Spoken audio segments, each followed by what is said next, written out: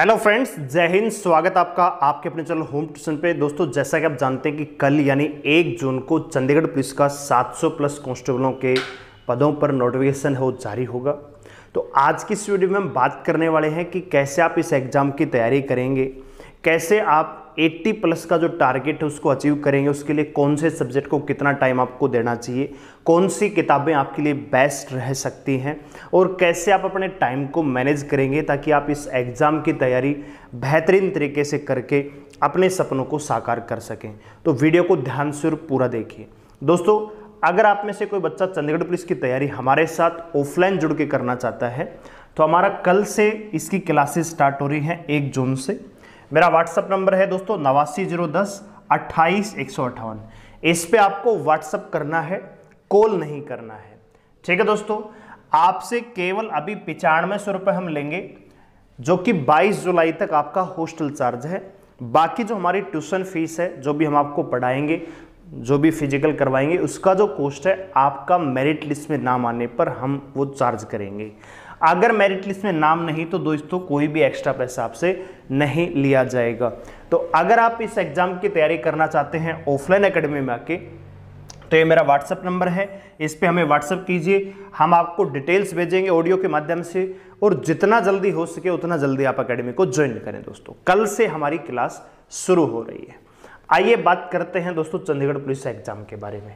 तो सबसे पहले हमें एग्जाम पैटर्न को समझना पड़ेगा। तो भैया एग्जाम पैटर्न आपका इस प्रकार से रहेगा कि रीजनिंग आपकी 35 क्वेश्चन की आने वाली है, हर क्वेश्चन 1 नंबर का।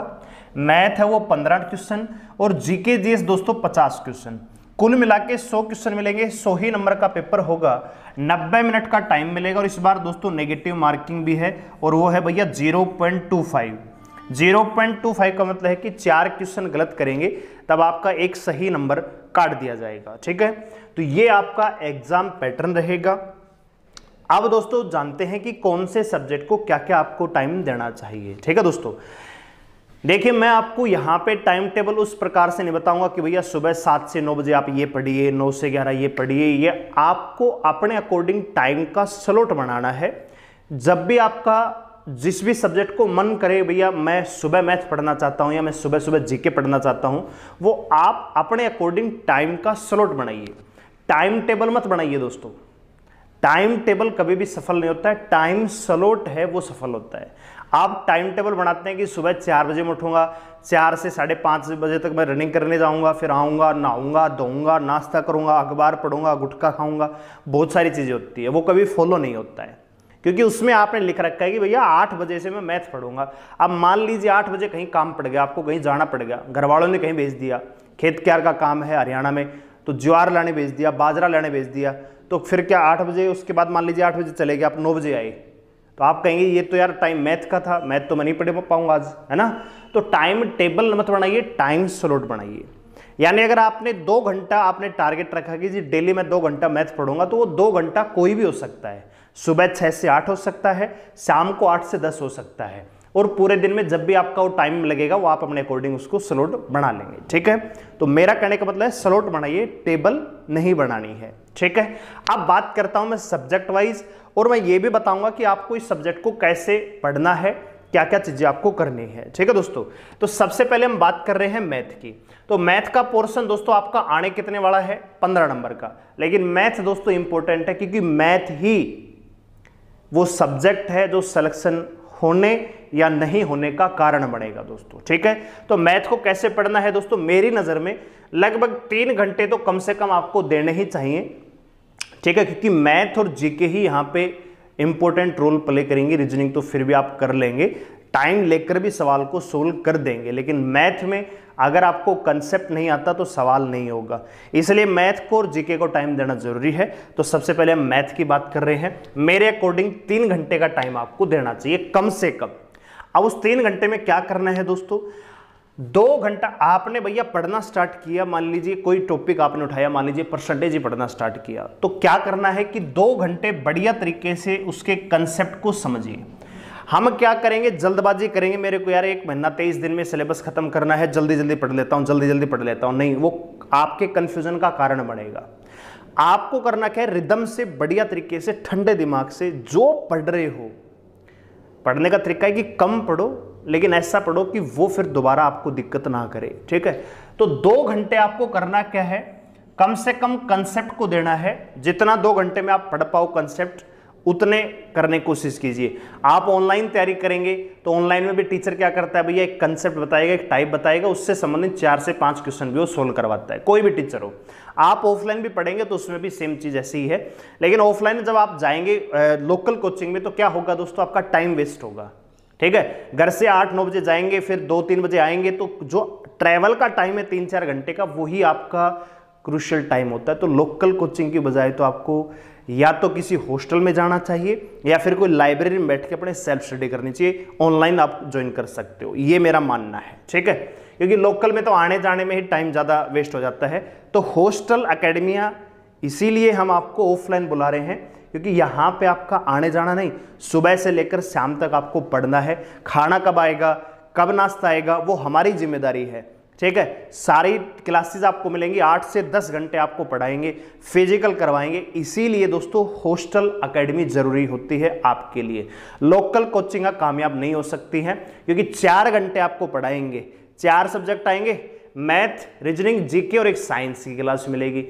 4 घंटे पढ़ा के घर भेज देंगे, ठीक है। अब उसके बाद आपने पूरे दिन में क्या किया, किसी की कोई जिम्मेदारी नहीं। यहाँ 2 घंटा जीके, 1 घंटा साइंस, 2 घंटा मैथ, 1 घंटा रीजनिंग, 1 घंटा कंप्यूटर, डेली मैथ रीजनिंग का मॉक टेस्ट है ना, और वीकली करंट अफेयर। डेडिकेटेड तैयारी करवाएंगे। स्पेशल चंडीगढ़ पुलिस आना है तो ये व्हाट्सएप नंबर है, मैसेज कीजिए, बाकी आपकी चॉइस है। टाइम खराब करना है या टाइम को इन्वेस्ट करना है अपनी सफलता के लिए, डिपेंड आप पे करता है, ठीक है दोस्तों। तो करना क्या है भैया, मैथ में 2 घंटा कंसेप्ट पढ़ा और 1 घंटा उसकी कम से कम प्रैक्टिस करनी है। ये 2 घंटे में खाली एक कंसेप्ट नहीं पढ़ना, 2 घंटे में आप बहुत सारे कंसेप्ट पढ़ लेंगे, ठीक है। और टीचर जिससे भी आप पढ़ रहे हैं, ऑनलाइन पढ़ रहे हैं, ऑफलाइन पढ़ रहे हैं, तो 2 घंटे में जो कंसेप्ट देगा उसकी प्रैक्टिस भी वो करवाता है। तो कुछ तो प्रैक्टिस आपकी यहां से होगी, कंसेप्ट आपको समझ में आएगा अच्छे तरीके से, और जो आपने कंसेप्ट पढ़ा उसकी कम से कम 1 घंटा, कम से कम 20 से 25 सवाल आपको खुद करने चाहिए, ठीक है। तो कम से कम 3 घंटे आपको मैथ को देने चाहिए। अब बात करते हैं दोस्तों रीजनिंग को। तो रीजनिंग को बहुत सारे बच्चे हल्के में लेंगे कि मैं तो कर लूंगा, मैं तो ये कर लूंगा, लेकिन दोस्तों एक बात याद रखना, रीजनिंग जो है स्कोरिंग सब्जेक्ट है। अगर 35 में से आप रीजनिंग में ही स्कोर नहीं कर पाएंगे 25 प्लस, तो फिर फायदा नहीं है तैयारी करने का। रीजनिंग स्कोरिंग सब्जेक्ट है, इजी भी है, लेकिन रीजनिंग मांगता है प्रैक्टिस, और प्रैक्टिस जितनी आप करेंगे उतनी ही स्पीड आपकी बढ़ेगी। तो मेरा मानना यह है कि अभी आपको करना क्या है कि सब्जेक्ट के टॉपिक वाइज चलना है।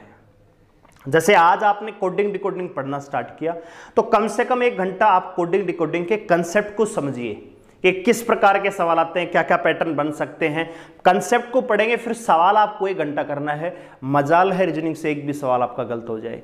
लेकिन हम क्या करते हैं कि गाइडेंस इस प्रकार की मिलती है, भैया 50 क्वेश्चन का मॉक टेस्ट लगा लीजिए। अब डेली बेस पे क्या होगा, कभी कोई सवाल कैलेंडर का गलत हो जाएगा, कोई सीरीज का गलत हो जाएगा, कोई कोडिंग डिकोडिंग का गलत हो जाएगा, कोई सिलोग्जम का गलत हो जाएगा। तो हर दिन आपका स्कोर वही रहेगा, वही मान लीजिए 35 में से 25-26 मैक्सिमम 30 तक जाएंगे। तो हम क्या कर पाते हैं, उसमें एनालिसिस नहीं कर रहे हैं। हम खाली अपना स्कोर देख के खुश हो रहे हैं कि भैया हाँ अब 25 हो रहा है, अगली बार मेरा 26 हो जाएगा। मॉक टेस्ट किसी दिन आसान मिल गया तो आप 30 प्लस भी कर दोगे, लेकिन थोड़ा सा टिपिकल आ गया तो आप फिर 25-26 पे आ जाओगे। इसलिए मेरा मानना यह है कि अभी आपको कम से कम 1 महीने, जून में तो आपको पूरी रीजनिंग को टॉपिक वाइज खत्म कर देना चाहिए, ठीक है। चाहे आप आधा घंटा कंसेप्ट पढ़िए और 1.5 घंटा प्रैक्टिस कीजिए, कोई बुराई नहीं उसमें, लेकिन कम से कम 2 घंटा, ठीक है दोस्तों।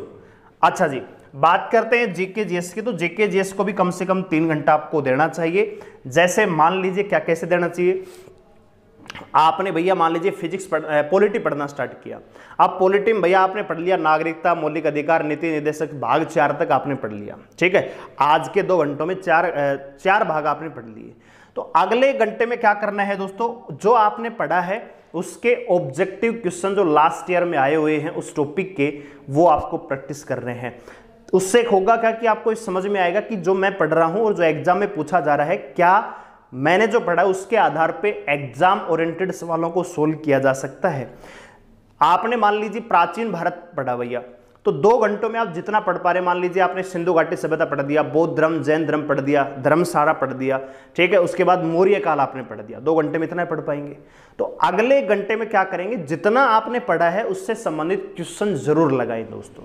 इससे दिमाग आपका तेज होगा और आपको यह भी समझ में आएगा कि एग्जाम में क्वेश्चन क्या आ रहा है और मैं क्या पढ़ रहा हूं, क्या वो रिलेवेंट है कि नहीं है। ठीक है दोस्तों। इसी प्रकार दोस्तों डेली आपको कंप्लीट मॉक टेस्ट जरूर लगाएं। कंप्लीट नहीं तो सब्जेक्ट वाइज लगा सकते हैं कि भैया आज मैं मैथ और रीजनिंग का 50 क्वेश्चन का सेट लगाऊंगा, एक दिन आप जीके का 50 क्वेश्चन का सेट लगा सकते हो। तो उसमें 1 घंटा तो मॉक टेस्ट लगाइए और अगले घंटे में एनालिसिस कीजिए कि जो मैंने मैथ रीजनिंग का मॉक टेस्ट लगाया उसमें तो यार 50 मेरे 25 सही हो रहे हैं, तो जो बाकी के 25 सवाल गलत हुए हैं वो कौन से टॉपिक से हैं और वो क्यों गलत हुए हैं, क्या आपको कंसेप्ट आता है या कैलकुलेशन मिस्टेक हुई है, एनालिसिस करना है ईमानदारी के साथ। ठीक है दोस्तों। तो मेरा मानना यह है कि तैयारी का ये बेहतरीन तरीका है। तो कुल मिला के अगर स्टडी आवर देखोगे ना आप दोस्तों, तो लगभग दोस्तों 9 से 10 घंटे का स्टडी आवर बनता है। तो भैया आप मुझे बताइए, अभी आपके पास इस जिंदगी में सफलता के अलावा भी कोई काम है क्या? नहीं है ना। तो अपना ध्यान अर्जुन की तरह चिड़िया की आंख पर होना चाहिए, यानी चंडीगढ़ पुलिस पे होना चाहिए, बाकी सारी चीजें मोह माया है। ठीक है दोस्तों। जिस दिन सफल होंगे उस दिन सारी चीज आपकी हैं, जो आप मांगोगे वो आपको मिलेगा सफल हुए तो। इसलिए अभी 23 जुलाई तक अपना ध्यान सिर्फ एग्जाम पे होना चाहिए, बाकी कहीं नहीं होना चाहिए। ठीक है दोस्तों। अब बात करते हैं दोस्तों बेस्ट बुक कौन सी हो सकती है। वैसे तो आपने देख लिया होगा बहुत सारी, देखो मैथ की अगर मैं बात करूं ना, खाली एक मैथ की बात करूं तो मार्केट में बहुत सारी किताब है, आपको जो अच्छा लगे आप ले सकते हो और उससे प्रैक्टिस करते हो। सारी बुक है वो बेस्ट है। बस इतना है कि जैसे मान लीजिए कोई टॉपिक है, उसकी प्रैक्टिस क्वेश्चन कितनी है। किसी किताब में आपको कोई टॉपिक है, मान लीजिए एलसीएम एचसीएफ, उसके 70 सवाल मिलेंगे और किसी किताब में आपको 200 सवाल मिलेंगे, किसी किताब में आपको 300 सवाल मिलेंगे। तो मेरा मानना यह है कि बहुत ज्यादा सवाल भी हानिकारक हो सकते हैं और बहुत कम सवाल भी हानिकारक हो सकते हैं। तो ऐसी किताब लीजिए जिसमें मीडियम सवाल हो कि भैया 100, 150, 200 के आसपास सवाल तो होने चाहिए एक टॉपिक के, क्योंकि जितना आप प्रैक्टिस करेंगे उतनी ही आपकी मैच्योरिटी बढ़ेगी, उस टॉपिक की समझ बढ़ेगी दोस्तों। ठीक है। तो मेरी नजर में पर्सनल ओपिनियन बता रहा हूं, बाकी आपके ऊपर डिपेंड है कि आप कौन सी किताब लेंगे। राकेश यादव जो 7300 बुक आती है वो, और या फिर किरण, इन दोनों में से एक किताब आपको लेनी है, क्योंकि दोनों ही एसएससी पे आधारित होती हैं। ठीक है। और ये बाइलिंगुअल है, ये भी बाइलिंगुअल मिल जाती है, ये हिंदी और इंग्लिश में अलग अलग आती है, तो आपको हिंदी में चाहिए तो कोई भी ले सकते हो, ये ऑलरेडी बाइलिंगुअल आती है। ठीक है। तो किरण लेंगे तो उसमें फायदा क्या है कि टाइप टू टाइप क्वेश्चन है, कि भैया कोई टॉपिक स्टार्ट हो रहा है उसका बेसिक टाइप, फिर थोड़ा एडवांस, फिर अगली टाइप, इस प्रकार के सवाल पूछे, टाइप टू टाइप सवाल है।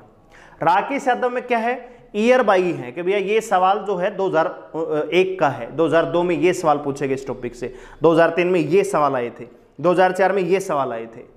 अब दोनों में फर्क क्या है दोस्तों, किरण में जो सॉल्यूशन है वो डिटेल है, कहीं कहीं आपको शॉर्ट ट्रिक मिलेगी, नहीं तो डिटेल सॉल्यूशन है। राकेश यादव में क्या है कि पीछे डिटेल के साथ साथ हर सवाल का शॉर्ट ट्रिक भी बताया गया है कि हाँ इस सवाल को आप ऐसे भी कर सकते हो, तो वो आपके लिए बेस्ट रहेगा कि हाँ एक सवाल को दूसरे तरीके से भी सोचा जा सकता है, तो वो आपकी मैच्योरिटी को बढ़ाएगा। तो मेरे ख्याल से इन दोनों में से आपको राकेश यादव के साथ जाना चाहिए, बाकी आप किरण भी ले सकते हो। अगर आपका कंसेप्ट बहुत बढ़िया है, कंसेप्ट अगर आप तैयार कर रहे हैं यहाँ से, तो किरण से प्रैक्टिस कर सकते हैं, कोई बुराई नहीं है। तो दोनों में से कोई एक किताब आप ले सकते हो। रीजनिंग की बात करें दोस्तों, तो रीजनिंग में भी एसएससी की घटना चक्कर और एसएससी की किरण आती है, भैया पिछले ईयर्स में रीजनिंग के कितने सवाल आए कौन से टॉपिक से। तो आप घटना चक्कर या किरण में से एक बुक ले सकते हो, कोई भी, ये भी ले सकते हो, ये भी ले सकते हो, जो आपको अच्छा लगे, दोनों बेस्ट हैं। ठीक है। बात करते हैं जीके जीएस की, तो आपके पास दोस्तों 2 किताब होनी चाहिए मेरे हिसाब से। एक होनी चाहिए लूसेंट की, जो ब्लू बुक आती है, थ्योरेटिकल बुक आती है, और एक होनी चाहिए घटना चक्कर या किरण में से। तो घटना चक्कर बेस्ट है इसमें। लूसेंट से मान लीजिए आपने भैया मध्यकालीन भारत का पढ़ा, भैया आज मध्यकालीन भारत मैंने खत्म कर दिया, तो कल क्या करना है, जो आपने घटना चक्कर की बुक है उसमें मध्यकालीन भारत के लास्ट ईयर में जितने भी क्वेश्चन आए हैं एसएससी में वो दिए हुए हैं। तो आपको जो आपने पढ़ा है उसका एनालिसिस वहां से मिल जाएगा, प्रैक्टिस आपकी हो जाएगी। और घटना चक्कर में एक फायदा ये है कि जो क्वेश्चन होता है ना उसी के नीचे डिस्क्रिप्शन होता है, तो जो क्वेश्चन है उससे रिलेटिव जो अदर फैक्ट हैं वो आपको नीचे ही लिखे मिलते हैं। किरण का नुकसान ये कि आपको 50 पेज पीछे जाके उसका सॉल्यूशन मिलता है, ठीक है। तो बार बार पेज ना बदलें, नीचे ही क्वेश्चन के नीचे आपको डिस्क्रिप्शन मिलता है, तो वो सबसे बेस्ट है, ठीक है दोस्तों। तो ये मेरी नज़र में ये बुक है आपके पास, इनके अलावा तो कुछ होना नहीं चाहिए। ज़्यादा भंडार नहीं लगाना है किताब का। एक किताब लेके आइए, उसको 10 बार पढ़िए, ठीक है। 10 किताबों को एक एक बार पढ़ने से अच्छा है एक ही किताब को 10 बार पढ़िए, वो आपको बेहतरीन रिजल्ट निकाल के देगा, ठीक है दोस्तों।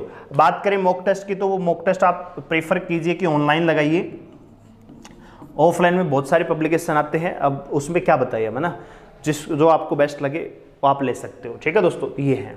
और टारगेट क्या है भैया, ये टारगेट, तो टारगेट आपका क्या रहना चाहिए सब्जेक्ट वाइज। तो मेरा मानना ये है कि मैथ में आपको लगभग 13 से 14 के आसपास का टारगेट रखना चाहिए।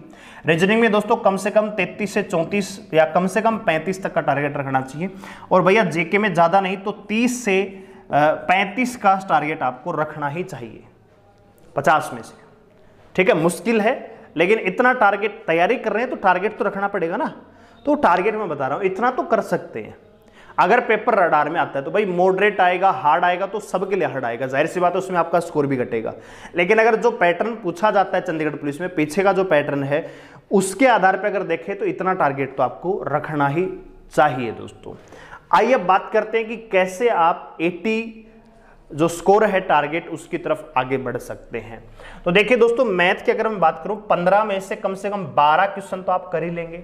अगर जो हमने बताया है अगर आप लगातार, होगा क्या कि फोरम आएगा, नए नए जोश में हम फोरम लगाएंगे, अप्लाई करेंगे, नई नई किताब लेके आएंगे, 2-4 दिन तो जोश के साथ पढ़ेंगे और फिर ठंडे पड़ जाएंगे, फिर सप्ताह 2 सप्ताह तक किताब ही नहीं उठाएंगे, क्योंकि शुरुआत के 2-4 दिन ही 10-10 12-12 घंटे पढ़ेंगे, फिर दिमाग हो जाएगा बोर कि भैया ये काम मेरे से नहीं होता, उसके बाद पढ़ाई को फेंक देते हैं हम, ठीक है। वो सबसे बड़ा नुकसानदायक है। अगर जो हमने बताया है आपको, अगर आप उसको 22 जुलाई तक लगातार फॉलो करेंगे ना तो निश्चित रूप से सफलता मिलेगी, मिलना निश्चित है दोस्तों सफलता। ईमानदारी से टास्क को पूरा कीजिए, डेली बेस पे टास्क बनाइए कि आज मेरे को ये करना है, आज ये मेरे को ये करना है। अगर वो अचीव करते हैं टारगेट को तो सफलता भी आप अचीव करेंगे, ठीक है। तो टारगेट लगभग 12 क्वेश्चन का तो होना ही चाहिए भैया, ठीक है। और रीजनिंग में बात करें तो 35 में से 33, यानी कुल मिला के मैथ और रीजनिंग में से 50 में से 45 प्लस का टारगेट आपको रखना चाहिए, ठीक है। अगर मैथ और रीजनिंग के सेक्शन में 50 में से 45 स्कोर आप कर रहे हो ना, कम से कम 45 तो होना चाहिए, तो यहां पे आप सिक्योर हो। आप फिर जीके के 50 में से अगर आप 30 भी स्कोर करेंगे ना, तब भी आप 75 के आसपास पहुंच जाएंगे। बहुत बढ़िया मौका है आपके पास दोस्तों, ठीक है। और डिपेंड करेगा कि जीके की तैयारी आपकी कैसी है। तो कम से कम अगर 30 क्वेश्चन भी कर रहे हैं और मैथ और रीजनिंग पे पकड़ आपकी बहुत बढ़िया है तो आराम से 75 तक पहुंच सकते हो, ठीक है दोस्तों। और अगर यहां पे आप 35 तक जाते हैं तो आराम से आप 80 तक जाएंगे भैया। ये 75 क्वेश्चन वो हैं जो आप अपने दम पे करेंगे, जो आपको क्लियरली आते हैं दोस्तों। इसके बाद 25 क्वेश्चन और हैं, तो 25 क्वेश्चन में कम से कम 8 से 10 सवाल ऐसे मिलेंगे जो आप उनको एलिमिनेट कर सकते हो कि भैया 2 ऑप्शन हम हटा सकते हैं। तो वहां पे 50% पॉसिबिलिटी बनती है कि भैया आपने मान लीजिए 10 क्वेश्चन में भी एलिमिनेशन का मेथड अपनाया, कोई ना कोई तरीका लगाया, तो हो सकता है कि 3-4 क्वेश्चन या 2-3 तो कम से कम वहां से सही हो सकते हैं, तो 80 तक पहुंचा जा सकता है जो पैटर्न आया है उसके अकॉर्डिंग, ठीक है। अभी क्या होगा इस साल, हो मॉडरेट आएगा कि हार्ड आएगा पेपर, वो मैं बात नहीं कर रहा हूं। जो पिछले पेपर में आया है, प्रीवियस ईयर में है, उसके अकॉर्डिंग हम बात कर रहे हैं, ठीक है दोस्तों। तो ये सारा का सारा माजरा है। आपको हर सब्जेक्ट को कितना टाइम देना चाहिए, कौन सी बुक होनी चाहिए, क्या टारगेट रखना चाहिए, कैसे मैनेज कर सकते हैं, कैसे पढ़ सकते हैं, वो मैंने बताया है। मैं आपको ये नहीं बताऊंगा कि 8 से 10 ये पढ़िए, 10 से 12 ये पढ़िए, वो आपको खुद मैनेज करना है कि भैया आप 3 घंटा सुबह जीके पढ़ेंगे, 3 घंटा शाम को मैथ पढ़ेंगे और 2 घंटा रीजनिंग के लिए दिन में निकालेंगे और रात को मॉक टेस्ट करेंगे। जो भी आप करेंगे वो आप अपने बेस पे करेंगे, टाइम स्लॉट आपको खुद बनाना है, ठीक है। तो दोस्तों ये है हमारा प्रिपरेशन की स्ट्रेटजी, रणनीति। मैं उम्मीद करूंगा कि आपको अच्छी लगी होगी, आप इस पे इंप्लीमेंट करेंगे और आप अपने सपनों को साकार जरूर करेंगे दोस्तों। और अगर आप में से कोई बच्चा इसी प्रकार दमदार तैयारी हमारे साथ ऑफलाइन करना चाहता है तो ये मेरा व्हाट्सअप नंबर है दोस्तों, 89 010 28 158। व्हाट्सएप पे मैसेज कीजिए, कल से क्लास स्टार्ट हो रही है, जितना जल्दी हो सके उतना जल्दी एकेडमी को ज्वाइन करें, क्योंकि यहाँ पे हम 3 घंटा आपको जीके क्लास देंगे, 2 घंटा जीके और 1 घंटा साइंस, ठीक है। 2 घंटा मैथ आपको पढ़ाया जाएगा और 1 घंटा रीजनिंग की क्लास, और डेली मैथ और रीजनिंग का मॉक टेस्ट जो 50 क्वेश्चन का सेट है वो डेली प्रैक्टिस करवाएंगे मैथ रीजनिंग का, ठीक है। तो टारगेट आराम से अचीव करवाएंगे।